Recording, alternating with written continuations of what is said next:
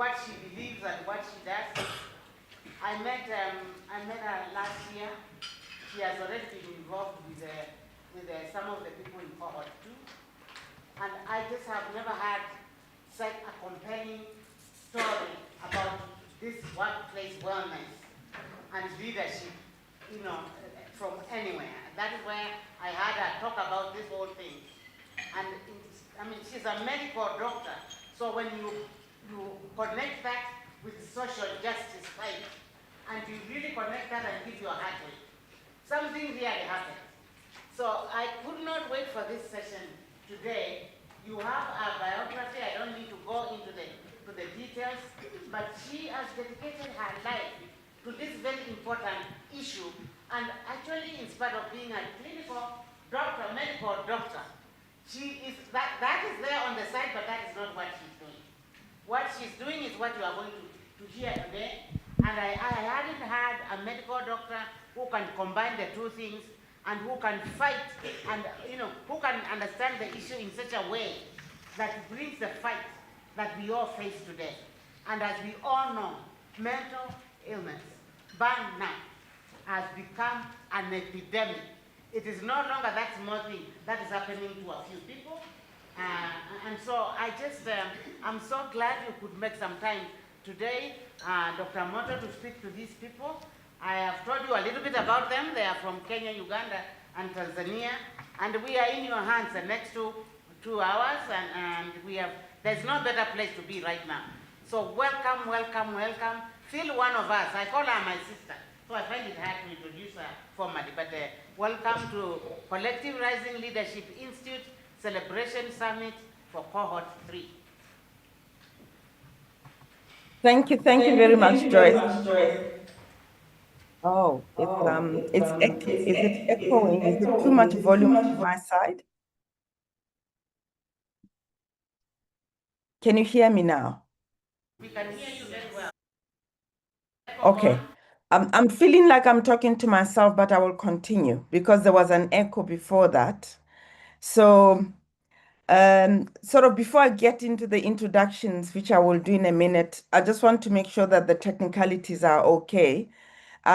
Joyce, am I driving the sharing of the presentation, right? Yes.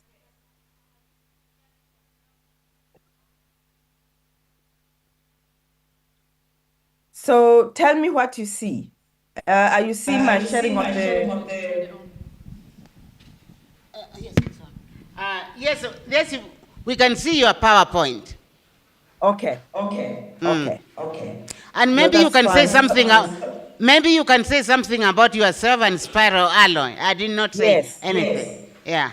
Yes, I just wanted to make sure that this was done. So thank you very much, Joyce. Incidentally, I've just returned from Cape Town from a beautiful leadership, what do I call it? Recollection of what we call the African Leadership Impact Forum. And in it is fellows from West Africa, East Africa, and Southern Africa. And we hold this every 2 years. And it was just a fantastic gathering of minds and people from all sorts of walks of life. And it's by invitation. And it reminded me of the work that we still have to do on this continent and globally. And there was a lot of discussion around how we carry ourselves as leaders. And it came back to that discussion we love so much about. We are actually, in our minds and our bodies, the instruments of that leadership. So I'm hoping that in the next 2 hours, we'll explore a little bit of that. But just to sum what Joyce has said about me, I qualified in Australia as a medical doctor about close to 40 years ago. And I did the usual clinical practice, and I just was very uncomfortable with the fact that I didn't feel like I was making impact. And 15 years into the profession, I went and studied public health and leadership. And that's really just been my life since, and social justice. The rest of it is in there. But what I didn't also mention, which continuously surprises me, is how people are beginning to understand that wellness is actually leadership. And I think organizations are beginning to take it in the at the C-suite level, not sort of an HR matter anymore. And the rest of us are very happy about that, Joyce. And I spent a week with the other program I told you about, which is being a lifestyle coach, medical advisor on the Future Professors program that's run in South Africa as a leadership program for professors. And the entire being of this is these are exceptionally bright minds, exceptionally bright. But maybe it is time that we remind ourselves and themselves and all professions across the globe that looking after yourself and looking after your mind and staying and making sure it stays sharp in your body is actually part of your leadership imperative. So that's a little bit of that. And I do work, of course, with workplace wellness. I have a little practice at home that I advise people on holistic wellness. And yeah, but thank you very much for inviting me. So we're going to make this very interactive and hopefully this is, I just wanted to mention that I grew up in Lesotho. Joyce, I don't know if I told you this. And the spiral aloe, which is the name of my company, is actually a national plant in Lesotho. And it only grows in a very small strip of the mountains, outside of which it dies completely. So I chose it as a symbol of the work I do because it epitomizes resilience. And every time I look at it and the lovely circles and the spirals that it just warms my heart. So that's why the spiral aloe. What I'm hoping we will do is at the end of this 2 hours, I'm hoping at the very least that we'll understand what our lifestyles over and above genetics does to our performance and get into the strategies both individually and collectively of how we can actually get it better and make it part of our culture at the workplaces where we work. And so that's what we will do. It's a lot of packed slides, Joyce, so some of them I won't really go into, but I'm hoping that people will have time at another time to have a look at them. So this is a slide I picked up actually recently, and for me, it talks to itself. The graphics, really, if you look at the evolution of men to how it is that they lived, 1,000 years back, and to the men sitting at the desk. I think we need not say anything further than that. And the little man at the bottom right-hand corner of the slide, the sedentary lives that have become part of our lifestyles and the damage that it has done to all of us.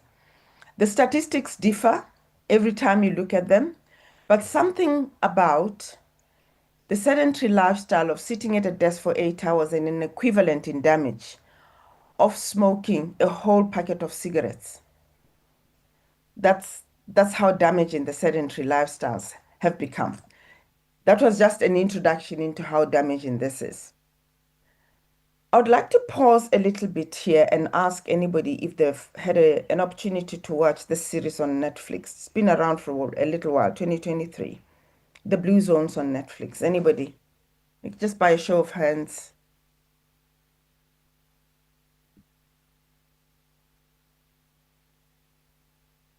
I also can't hear, so I'm just Yeah, relying on. sorry, nobody has actually seen it, so maybe you tell us a little bit. Yeah, okay. Oh, who? So One the person has guy seen in it. the, yeah, somebody has seen it. Okay.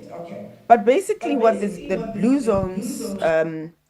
It's 5 regions still around the world that Dan Butler, who you see in the photo here, was a National Geographic photographer. And moving around the world, they noticed a strange thing that in some villages and parts of the world where they were moving around, the more than 60% of the population actually were more than 100 years old. I said more than 60%, which was just a phenomenon. So he went back and the team at National Geographic partnered with Oxford universities and went in and did a whole lot of research in finding out what it is about these people in this parts of the world that got them to live for so long. And living for so long, they were not lying in their beds doing nothing. They were sitting and drinking wine in the afternoons or whatever else it is they were doing. And the 5 regions studied, and it doesn't mean there are no other regions in the world because they're now opening up the blue zones research, particularly on the African continent. We're all curious about the Maasai, for instance, and the Khoisan people in South Africa and the Karoo and all of those similar people where people really live long. The 5 areas studied are Costa Rica in South America, Japan, Italy, Greece, and the fifth one, to everybody else's surprise, is in the Middle America, the Seventh Adventist people. And it's entirely because of their lifestyle, through their beliefs, the way they live, no meat, vegetarian lifestyle, movement, spirituality, and all of that. And this research also came up with identifying 9, they call it the power of 9, and they identified the following things in this across the areas. And I'll start at the bottom of what I call the Maslow's hierarchy of needs. A sense of belonging that these people had. They were a community. And underneath this sense of belonging is they prioritize family. But it's prioritizing family, but more than just family, it's healthy, joyful relationships. So we clarify that because sometimes families can be a sense of stress. The second thing in the belonging category is the connection with religion, a belief in something other than themselves. And then they create very active social networks. So they meet at places, they gather at places, and they support each other.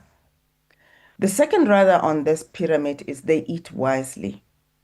And they drink a glass of red wine each day is particular to the Mediterraneans, but in Japan they drink their wine, their rice wine.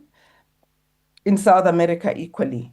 It seems like something fermented in the drink has to do with the longevity that they find. It is not drinking separately, but it is drinking with food.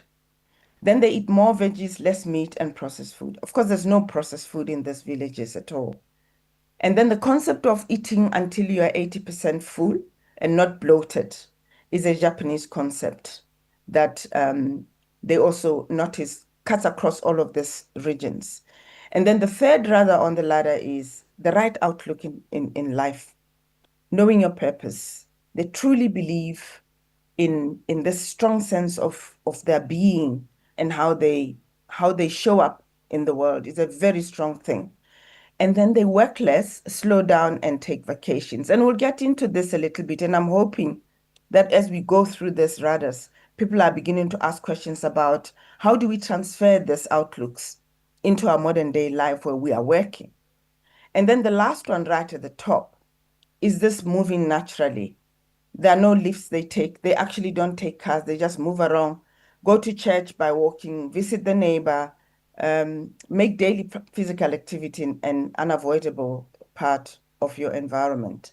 So in summary, these are the 9 elements that they found that were common across this. And of course, as I said, they're looking into this. Singapore is a new area they're potentially going to be calling the 6th blue zone.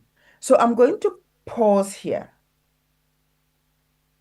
and ask people in your own personal lives, what is it that you're doing? And you can discuss it at your tables. What is it that you're doing that is similar to what it is you saw in the last PowerPoint? I'll just open up for discussion, maybe about 3 minutes, and then we'll come back for discussion.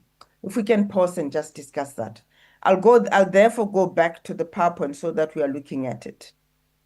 3 minutes.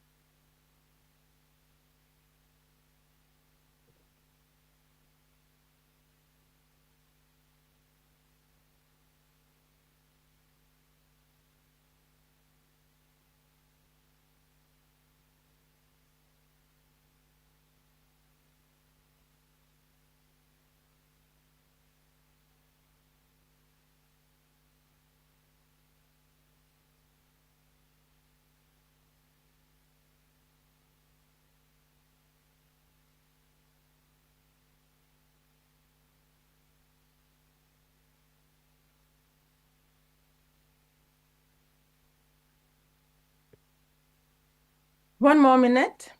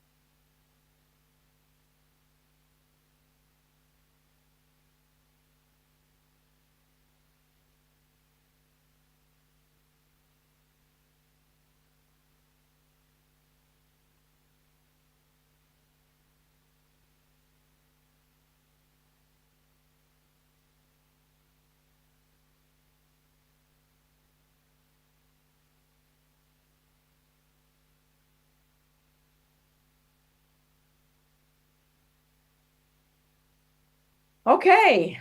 Are people happy to share now what they discussed at their tables? Anybody? Let's just share.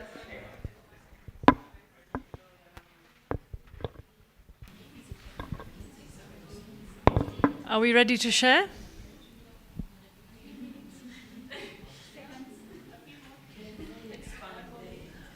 Motto, they're asking for a few more minutes. Is that okay? That is absolutely okay. Okay, great. Thank you. Yeah.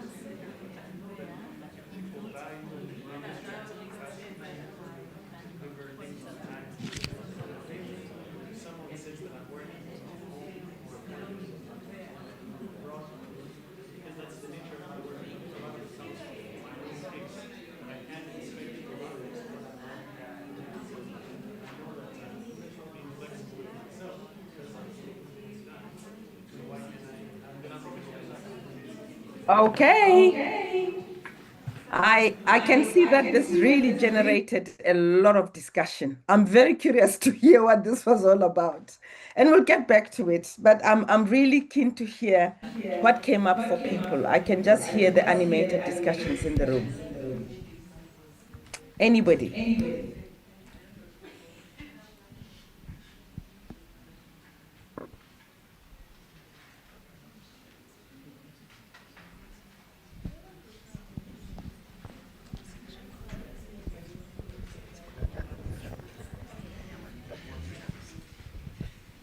Yes, on our table we've had at least one practice or two or three from each of the members of this table. Starting on the first thing, move naturally. We have a member on our table who runs at least 30 kilometers per week. 30 kilometers per week. 8. Okay. 30.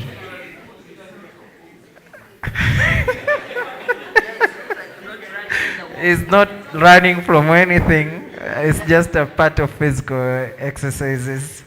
Okay. As well, we have two members on the table on the right outlook. We have members who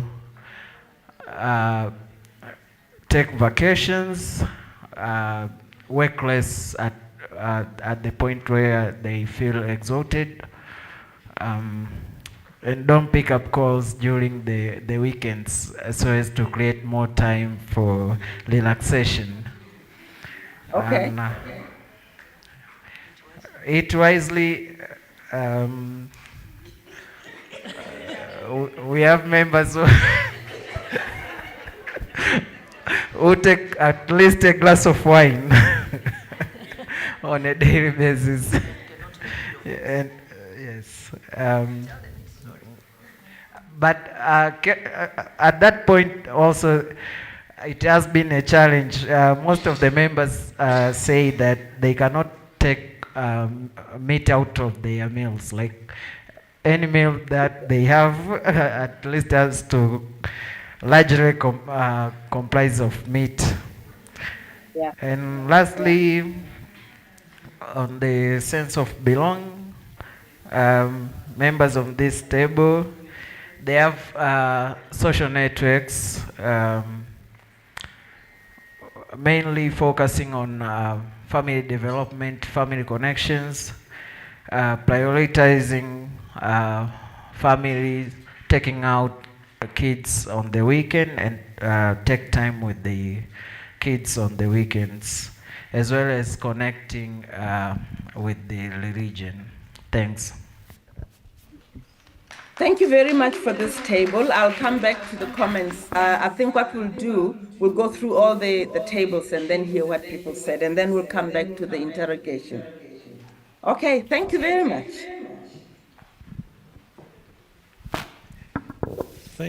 Thank you. At our table, I think we initially had a conversation at the level of our individual reactions to the slide and our own reflections on how well or we may be following some of these guidelines and where we might see some limitations. But I think by the end, the conversation shifted a little towards this question, especially as leaders from our various organizations, about how we are creating culture within our organizations that promote this type of healthy lifestyle. And we explored maybe some of the examples. But certainly we saw, there are areas where we seem to be okay, but a lot of areas where we are maybe coming up short. And so there's a question of how the organizations can allow us to live this more balanced and healthy lifestyle. Yeah. Thank you for this table. What I'm going to do with this reflection, I'm going to park it because we are going to get into how organizations have examples of how organizations around the globe are doing this. So thank you very much for that. Thank you. The next table.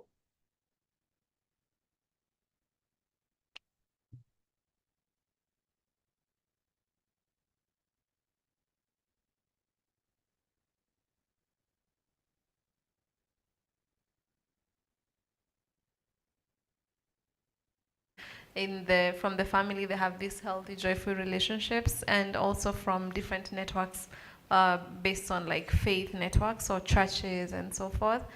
Outside of that, there are just like very few who have like other active social networks.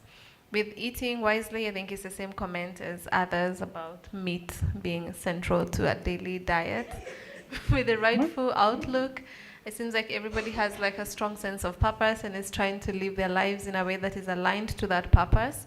However, I think it was expressed by everyone that like working less, slowing down is out of question. Not very clear how that could happen. We also had a conversation very briefly. One person mentioned how within the organization we could see what it's like to establish a culture that allows people to reflect on what it is to slow down and to be more balanced. Moving naturally, not so much for everyone on the table. Okay. Thank you very much. Are there any further tables in the room? On our table, from the bottom. Okay, here is the table. Yes, please. Sense of belonging. Here, the members agree they are all family members, and they do worship in various churches and religious groups, and they take some time with their families. And then eating wisely. Some members say they have a component of vegetables in their diet and so on. But of course, there are also members who maybe are not eating wisely, like it has already been mentioned, there's some meat and so on in the diet. In the right outlook. Just a pause. I'm just acknowledging Stella's hand so that when you finish, then Stella can come in. Is that okay, Stella? Thank you so much. All right, let's let the table finish and then you can come in. The right outlook, most people are doing a lot of work. They are busy, but of course, some say maybe they get vacation, but not all within the group. There are those who work under pressure, and there's not much time that you get to have a rest and so on. Yeah. Moving naturally. Again, here we are all not together. There are those who do some practice. They practice to relax themselves. But again, there are those who, because of time, you want to move very fast to work and come back home early and so on. So again, you don't use your natural body to walk or whatever, do practice. So I think that is generally how our table has been. Okay. Okay. This is very interesting. The commonalities and the threads I can see. Okay, is this table number 5 coming up? Stella, would you like to come in at this point before we Yes, there is another table here. get to table 5? Thank you. Thank you so much. Okay. My name is Stella Kihango Tumwebaze. I'm from Uganda, but right now I'm in Kenya attending another event. I'm part of cohort 2. Yes, moving naturally. I do walk. I walk 3 times a week. I walk Tuesday, Wednesday, and then I work Saturday. Tuesday, I work from home to office, and Wednesday, I work from office home. And that is about 8 kilometers on each route. On Saturday, I have a walking team. We are in the neighbors of 3 people, my husband and our neighbor. So we walk about 15 kilometers early in the morning, and it's really being nice. We chat, we, take hills and valleys, and it's doing very well. We also made it a practice and a culture at our office. Every Monday, before we do our meetings, we exercise, just stretching, and do belly breathing. And this belly breathing helps takes oxygen into your brain, relaxes you, and we do it across all because we have a head office, but also have district offices. So make sure that people open their cameras and show how they are taking the belly breathing. Right outlook, workless. That is still a challenge, but we know it, but it's a challenge because of deadlines, doing many things, have to combine your work and your social life. So I'm on that journey. I can say I've achieved a lot on that. Eating wisely, yes, I'm really very conscious about what I eat. I do vegetables. I take water, warm water, detoxing water. Wine daily? No, not yet. I'm not yet there. Belonging, yeah, this is my biggest as well. I belong to social networks. I'm a chairperson of 2 groups. I'm a treasurer of a group. So we meet, we save, we do social welfare, we help each other. Religion, yes, I belong to Roman Catholic Church. I love passing by church, by adoration, by Mother Mary Goroto. That one I'm really doing well, and I'm proud about it. Prioritize family. Yeah, I'm not yet not yet very there because of the work. But Saturday, Sunday, I cook for them. Especially Sunday, because at times Saturday I'm not around, but Sunday I cook. I cook and we serve and eat on the table. But of course, getting back home late in the evening after work, that one undermines my struggle to prioritize my family as I want. Thank you so much, Joyce. I think you have said quite a mouthful, and I'd like to come back to some of the points you shared with us once I've had the last table, table 5, so we can just integrate and summarize what we've had. Thank you so much for your sharing. So can I go back to, is it table 5? Back to the table, but I wanted to apologize that I forgot to say that this is the one initiative where we invited cohort 1 and cohort 2, so they are online. And that is why you are hearing Stella talking from cohort 2. Oh, I see. And there's a few people from cohort 1 and 2. So let's hear the last group so that we can continue. Sorry about that. I just forgot to say that. No, thank you, Joyce. It's absolutely fine. All right. So here on our table, under moving naturally, we have people who have said that they give themselves at least 1 hour a day to exercise. Some people do it early in the morning before going to work, but some people do it 1 hour in the evening. Then under belonging, we have people who have said that they always check in with their neighbors. When they come back from work, they move around to ask them, how have you been? How has your day been? Under eating wisely, we have people on the table who have said that they cautiously watch their diet. Then under belonging still, we have people who have said that they have accountability partners for whatever they do, so that these people check out with them to follow up whether what they have committed themselves to, they are actually doing it. Then still under belonging, we have someone in the table who has said that he's almost losing his job because his boss has failed to understand the fact that he needs to prioritize the family before even reporting for work. That she has been reporting very late for work, and even after work, she reports earlier so that she comes and pay attention to the family. So that is what is happening in our group as far as this hierarchy of needs are concerned. Yeah, absolutely fantastic. Thank you so much for sharing.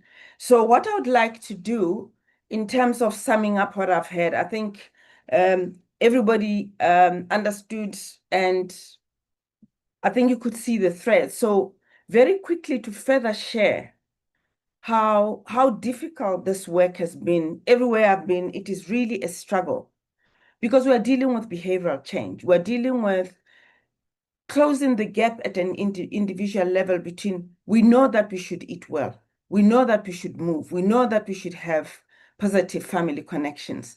But how big is that gap for each one of us? From the knowing and then the doing. And then when you get to the doing, the next difficulty is, how do you incorporate this as a ritual, as a practice that you do every day? And you've heard that some people actually are getting there.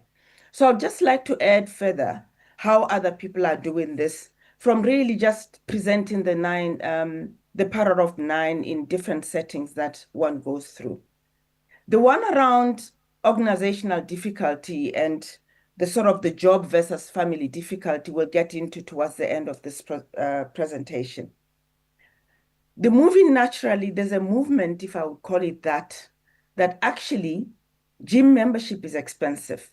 We all work 23 hours. We don't have time to do this. So there's a beginning to encourage what we call movement integration. What does this mean? Even at work, we've now been sitting close to an hour. Is on the hour every hour. Stand up and just move around for about 10 minutes and come back to the desk.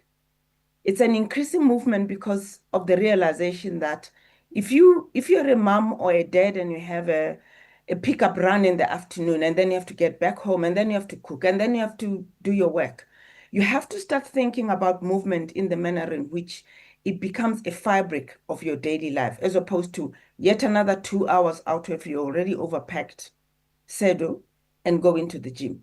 So in the home environment, movement integration might be just moving things around, actually moving furniture, cleaning, and just like the way we grew up. And it is to try to solve for this problem of, where do I get another hour to exercise? Integrate the movement into your daily lives. In the workplace, find strategies of this micro strategies of how you integrate movement at the workplace. In the home, find strategies on how you integrate movement into your home life as well. So that's the moving naturally thing. The right outlook to life, I'd just like to emphasize that when we really unpack this, is people say they go to church, people say they go to, and then somebody said in one meeting, actually, I get a lot of stress from the church subcommittees I belong to. So it's not so much the going to those communities. We emphasize, are these relationships and community membership you belong to healthy for you? That's the question we need to be asking. Is that all a healthy practice to be? So that is just one thing I wanted to talk about. When you say you have a community, is it beneficial to you? Is it a good one for you?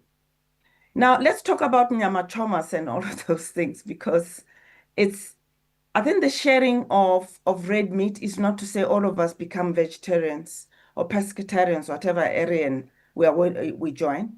It is just being mindful of how much it is we eat of the red meat. Is it once a week? Is it once every 2 weeks? Is it twice a week? How much of it is that?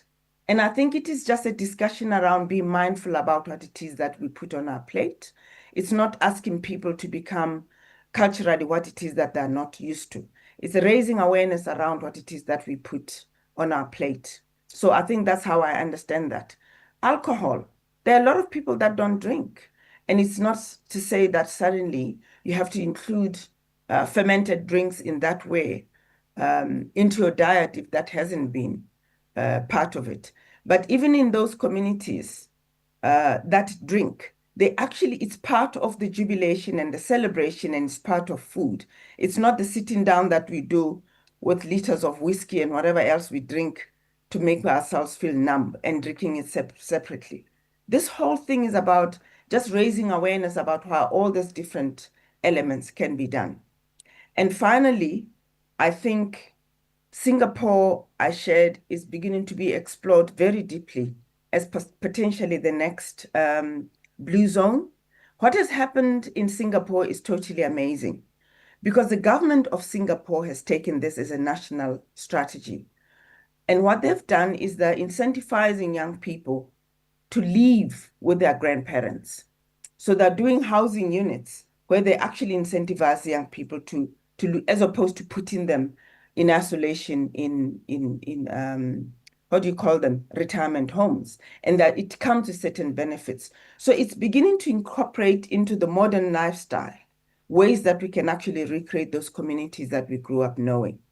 So I'll pause here and just find out if there are any burning questions around how we can do this practically in our very high-paced life, promising that actually the next section we're going to get into how organizations have responded. Any comments before we move?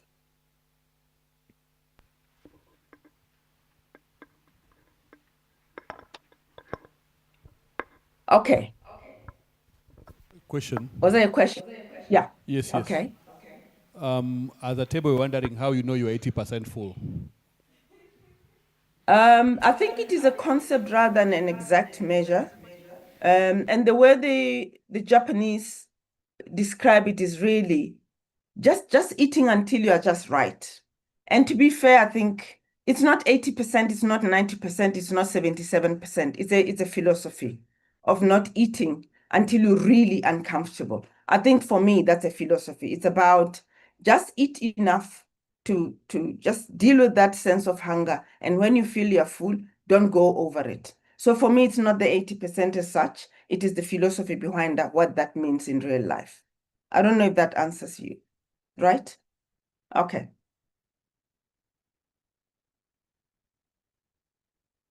If there are no other further questions, we'll move on to the next section. And if Joyce, it is okay, we will then break for about 5 minutes on the half hour so that we can stretch our knees. All right? Great. Okay.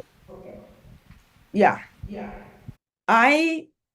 I'm going to project this as we promise that we'll look also at strategies on how to build this. So there are different institutions that are trying to really incorporate this, but make it as simple as possible for people to try to do this almost as a little card that you can keep in your handbag, your purse, to remind yourself what it is you do. So Dr. Onish is one of my favorite guys. He sits out at UCLA, and for the last 15 years has done research on the impact of lifestyle changes in longevity. But he has now put this together into 4 elements of your life, which I like, because then you can sort of put them in the 4 baskets. And I'm only doing this for people, if you like, it's 4 elements, and you can do this for yourselves to say, how am I doing, on a scale of 1 to 10? So the first thing is nutrition, and he talks to the 80% feeling full, what it is you eat, vegetables. And he says when you eat in a healthy way, you lose weight and gain health. That basically is something that you understand. So that is the first component he puts into. The second component is fitness, which equates to moving and your physical health and looking at your physical health. And he gets into a whole program that he has done programs around all of this to actually get very granular about what it is he means by fitness. And the concepts of movement integration have come from some of the work that he has done to say it is not about going to the gym. It's not about taking this. It's about building movement into your everyday lives. And the weekend hikes and the walks that people do are fantastic, belonging to park runs and all of that is a great way to sort of keep up the motivation. Getting, as somebody said, I think it was Stella, accountability partners is a great thing. And really, just so that I don't forget Stella's input, get a partner if you want to do this and get to it. Get somebody who can hold you accountable. It is very difficult to get into a rhythm of this thing. I'll get to stress management, which is a huge thing that we'll get into the next hour, and we talk about burnout. This basket for me has become increasingly important because this is where the tension between what as an individual it is you're trying to do to manage stress and the overload of life, and how your organization that you work for meets you halfway, and how you really build resilient strategies around how you respond. And this is the area of emotional intelligence as leaders. This is how you manage emotions, not only at the home, but at the workplace. So it's a huge basket of how we manage stress. And the final basket on the 4 is the group support. And he talks, loneliness is the next epidemic. We're becoming very lonely, even as we live with people. The relationships that we have with people and the connections are not as healthy as they should be. So he has brought back into the interventions what he calls group support. And as I said, you can define it in whatever way you want to define it.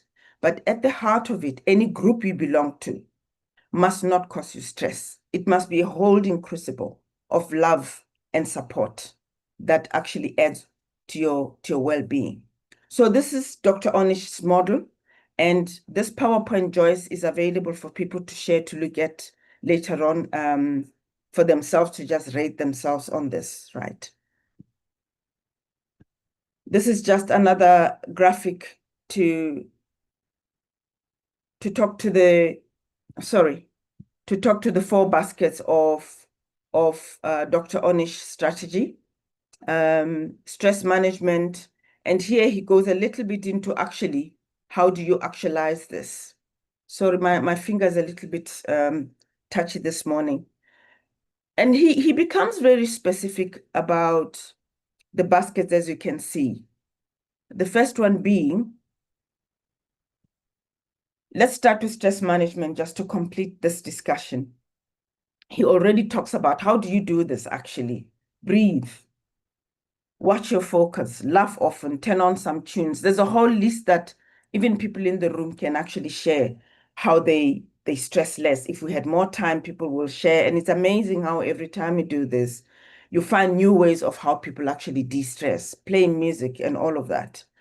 So your physical body, as I said, walk more, move your body every day, high intensity interval training, strength, especially for us who have sort of reached that golden age of menopause. And then you move across to nutrition strategies, eating right, eat the rainbow. We know that in South Africa, we had a joke about 7 colors. So eat everything, but as colorful as it is. And chicken is not a vegetable, as I've heard, because people who love meat like me will argue that, green things on their plate is not part of their diet. The Hari Hachibu is that 80% philosophy, really. And it's not the number that's important, it's the philosophy behind it. So all of this, and the final one, which is more your spiritual connection, your higher purpose, about starting with giving the the day to God, if that is what which is what grounds you in the morning, and we all ground ourselves in different ways.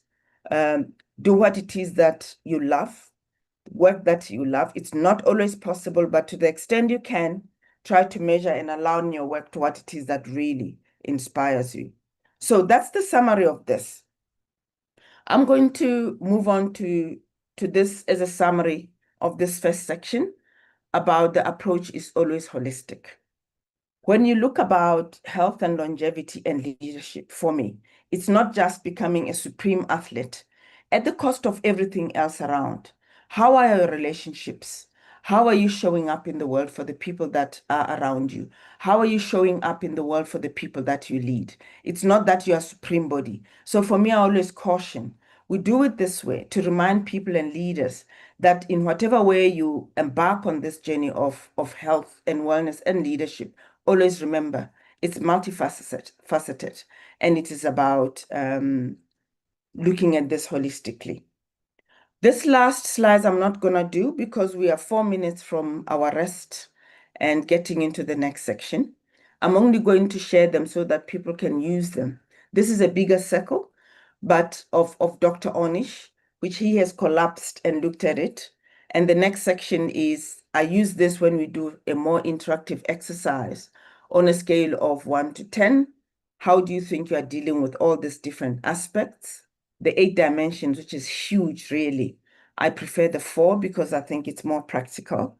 And then you ask yourself, what were your last 3 lowest ratings? Because, if you're doing 7 out of 8, you're already there. And then you have to look at, how can I support myself to do better? This is where your accountability partners or regularity and making this into routine come in. And what is it that I can do more or less to support these new habits that I'm trying to? The most important thing, because that's what we're going to get into when we discuss burnout in the next hour, is how can I ask for support? As leaders, I think we're very, very poor in asking for support. So you're quite welcome to look at this and share it for yourself. And use this wheel, as I call it. We print it out when we go into organizations and we get people to actually get into it. But for me, because as Joyce has said in the beginning, I'm a medical doctor, and I think my discomfort started looking at this holistic eye that I use to look at things. And I want to read this as a last presentation, that medicine today tends to focus primarily on the physical and the mechanistic way of bodies, which is how we are taught. Drugs, surgery, genes, germs, microbes, and molecules.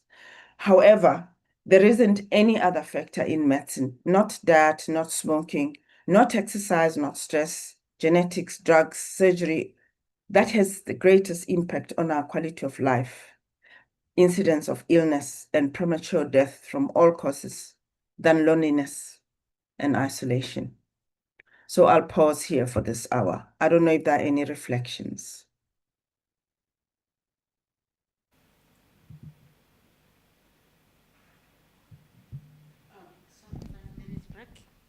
Joyce? Yes, so your 5 minutes break? Yeah. Is that what you said? Yeah, I was just wanting some reflections on this first part, and then a 5-minute break, and then we come back because we're going to get into burnout and sleep. Some reflections, yeah.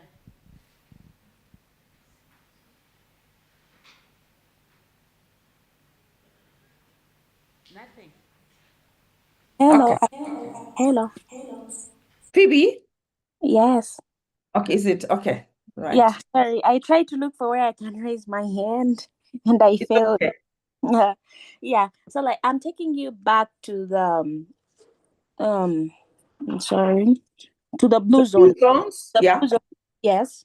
Yeah. So that is very, very important, especially as we work with CBOs, and do the work that we do. It's very, very important. So you mentioned about how Singapore is advocating for the well-being of children and proposing that they go back to their grandmothers or maybe grandparents, I can say. Yeah. Yeah. But now, since we are working and we are adults and we cannot go back there, and we spend more time at our workplaces than elsewhere, like so many hours. You see someone who come to work at maybe 7 in the morning, and sometimes they extend as far as 10 or even more than that, you know. So like we spend more time at our workplaces than elsewhere.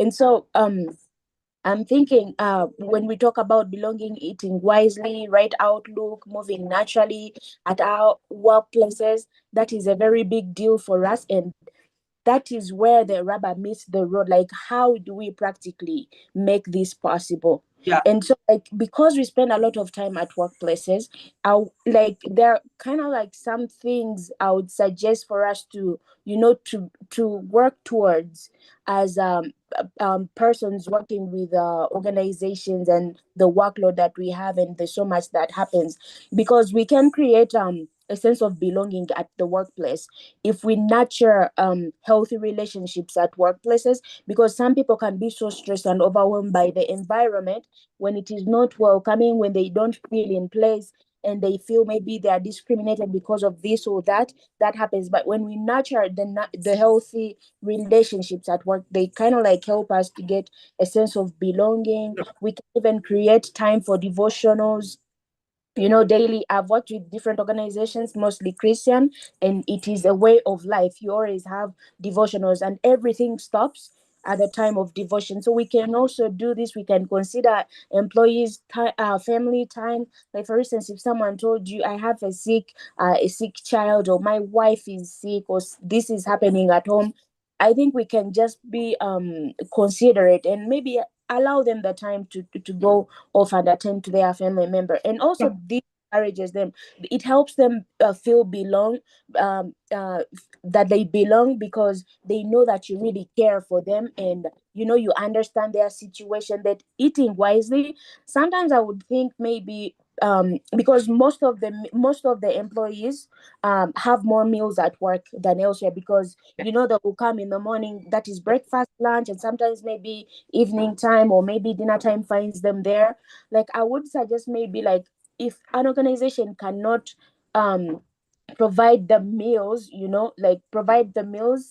they can maybe cut off a portion of their salary or something. I don't know, they can do something. You can just talk with the employees and, like, hey, we can do this about this, and then you make sure that they have the very right food that they are supposed to have. Because now, if it is not controlled and you think their health does not matter to you, or maybe their eating habits doesn't matter, like, it does really matter. Because when they're not healthy, it means they're not going to be able to Thanks, function. Phoebe. So, Yeah. so, Basically, Phoebe, you're beginning to write the blueprint on what organizations can do. yeah.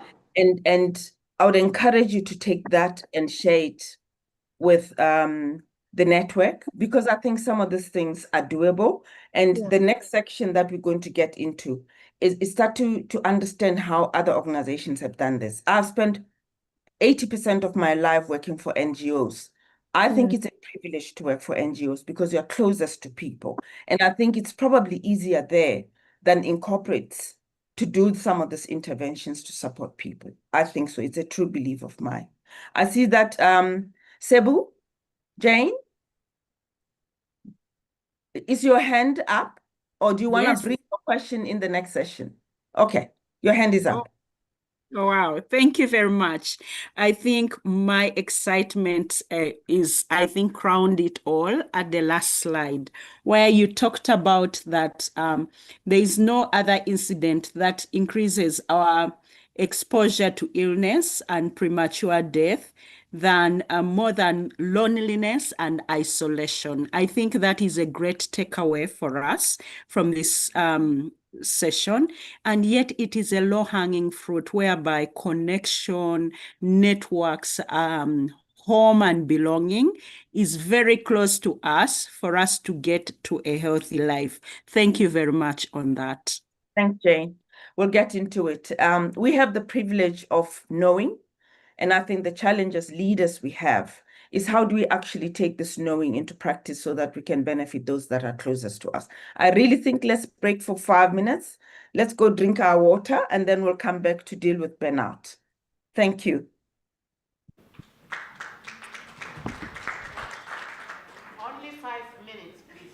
can stand up or we can do a dance. Please do not take more.